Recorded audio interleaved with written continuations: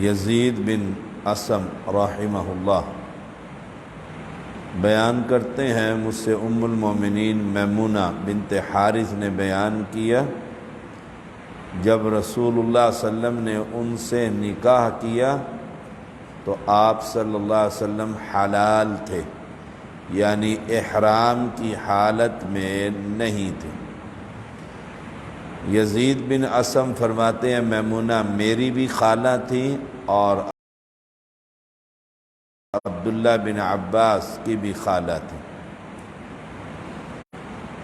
صحیح بات یہی ہے کہ نبی اکرم صلی اللہ علیہ وسلم نے نکاح کی وقت احرام کی حالت میں نہیں تھے۔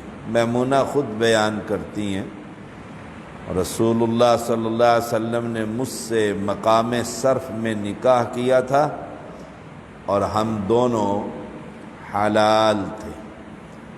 عثمان رضی اللہ تعالیٰ عنہ بیان کرتے ہیں، رسول اللہ صلی اللہ علیہ وسلم نے فرمایا احرام والا خود اپنا نکاح کر سکتا ہے، نہ کسی دوسرے کا نکاح کر سکتا ہے اور نہ ہی نکاح کا پیغام دے سکتا ہے۔ احرام کی حالت میں ایسا کرنا جائز ہی نہیں۔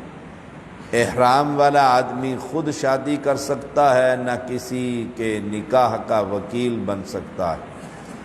اپنی کسی بیٹی بہن کا سرپرست بن کر اس کا نکاح بھی نہیں کر سکتا۔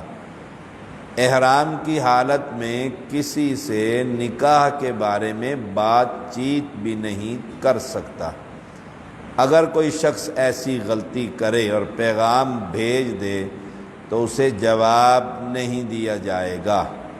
احرام کی حالت حج کی ہو یا عمرے کی ہو، یہ شرائط ہیں۔ احرام والی عورت کا نکاح بھی نہیں کیا جائے گا اور نہ اس کے لیے پیغام بھیجا جائے گا۔ ابو ہریرہ رضی اللہ تعالیٰ عنہ بیان کرتے ہیں، رسول اللہ صلی اللہ علیہ وسلم نے فرمایا جب تمہارے پاس ایسا آدمی رشتہ مانگنے آئے جس کا اخلاق اور دین تمہیں پسند ہو تو اسے رشتہ دے دو۔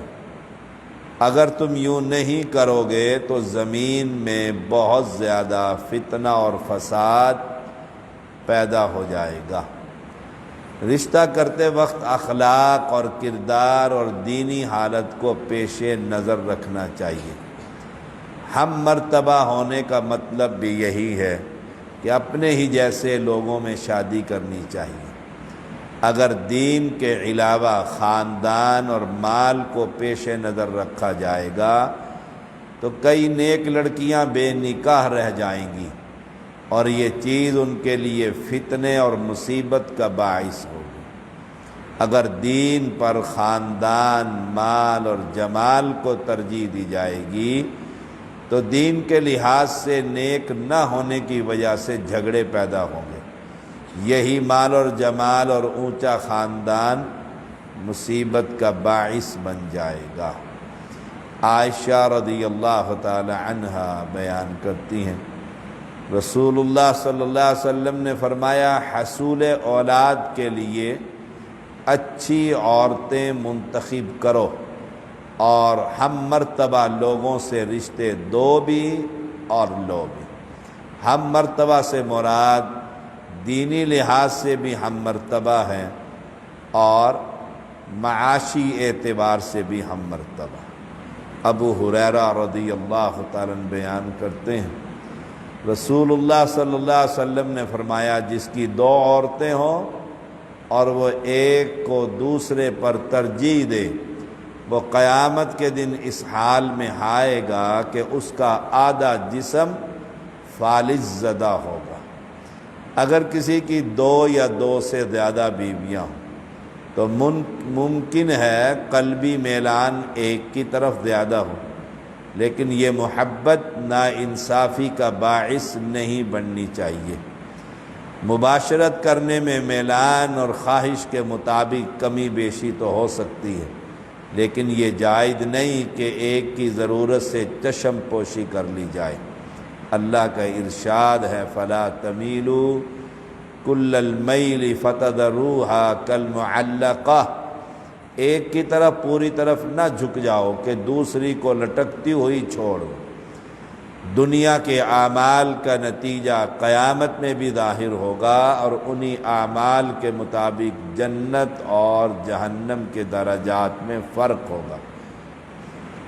ام المومنین عائشہ رضی اللہ تعالی عنہا بیان کرتی ہیں رسول اللہ صلی اللہ علیہ وسلم جب سفر میں جاتے اپنے بیویوں کے درمیان قرعہ اندازی کرتے تھے، بیویوں سے معاملات میں زیادہ سے زیادہ ممکن حد تک مساوات کا سلوک کرنا اور انصاف کرنا چاہیے۔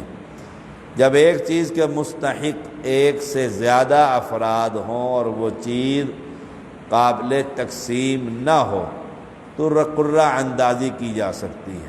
قرعہ اندازی شرعاً جائز ہے بشرطے کہ جوے سے تعلق نہ ہو۔ عائشہ رضی اللہ تعالی عنہا بیان کرتی ہیں رسول اللہ صلی اللہ علیہ وسلم اپنی بیویوں میں باری مقرر کرتے تھے اور اس معاملے میں انصاف سے کام لیتے تھے، پھر فرماتے تھے اے اللہ جو کچھ میرے بس میں ہے اس میں یہ کام کرتا ہوں، میرا اس معاملے میں مواخذہ نہ کرنا جو میرے بس میں نہیں، میرے یعنی دلی محبت۔ عائشہ بیان کرتی ہیں سودا بنت زمعہ عمر رسیدہ ہو گئیں تو انہوں نے اپنی باری عائشہ کو دے دی، چنانچہ رسول اللہ صلی اللہ علیہ وسلم سودا کی باری کے دن بھی عائشہ کی باری شمار کرتے تھے۔ خاوند کا باری کے مطابق اپنی بیوی کے ہاں رات گزارنا عورت کا حق ہے، اس لیے وہ اپنے حق سے دستبردار ہو سکتی ہے اور اپنا حق کسی عورت کو بھی دے سکتی ہے۔ باری چھوڑ دینے کا مطلب یہ نہیں کہ عورت کے تمام حقوق ختم ہو جائیں گے، مرد کو چاہیے دیگر حقوق کی ادائیگی کا خاص خیال رکھے۔ حالانکہ رسول اللہ صلی اللہ علیہ وسلم باری کے مطابق بیویوں کے پاس جانا فرض نہیں تھا۔ اللہ نے فرمایا ترجی من تشاء، ان میں سے جسے تو چاہے دور رکھ، جسے چاہے قریب رکھ۔ اگر تو ان میں سے کسی کو اپنے پاس بلا لے جنہیں تو نے الگ رکھا تھا تجھ پر کوئی گناہ نہیں۔ اس کے باوجود نبی اکرم صلی اللہ علیہ وسلم باری کا اہتمام کرتے، یہ آپ کا کمال حسن خلق۔ اللہ کریم ہمیں نبی کی سنتوں پر عمل کی توفیق۔ صلی اللہ علیہ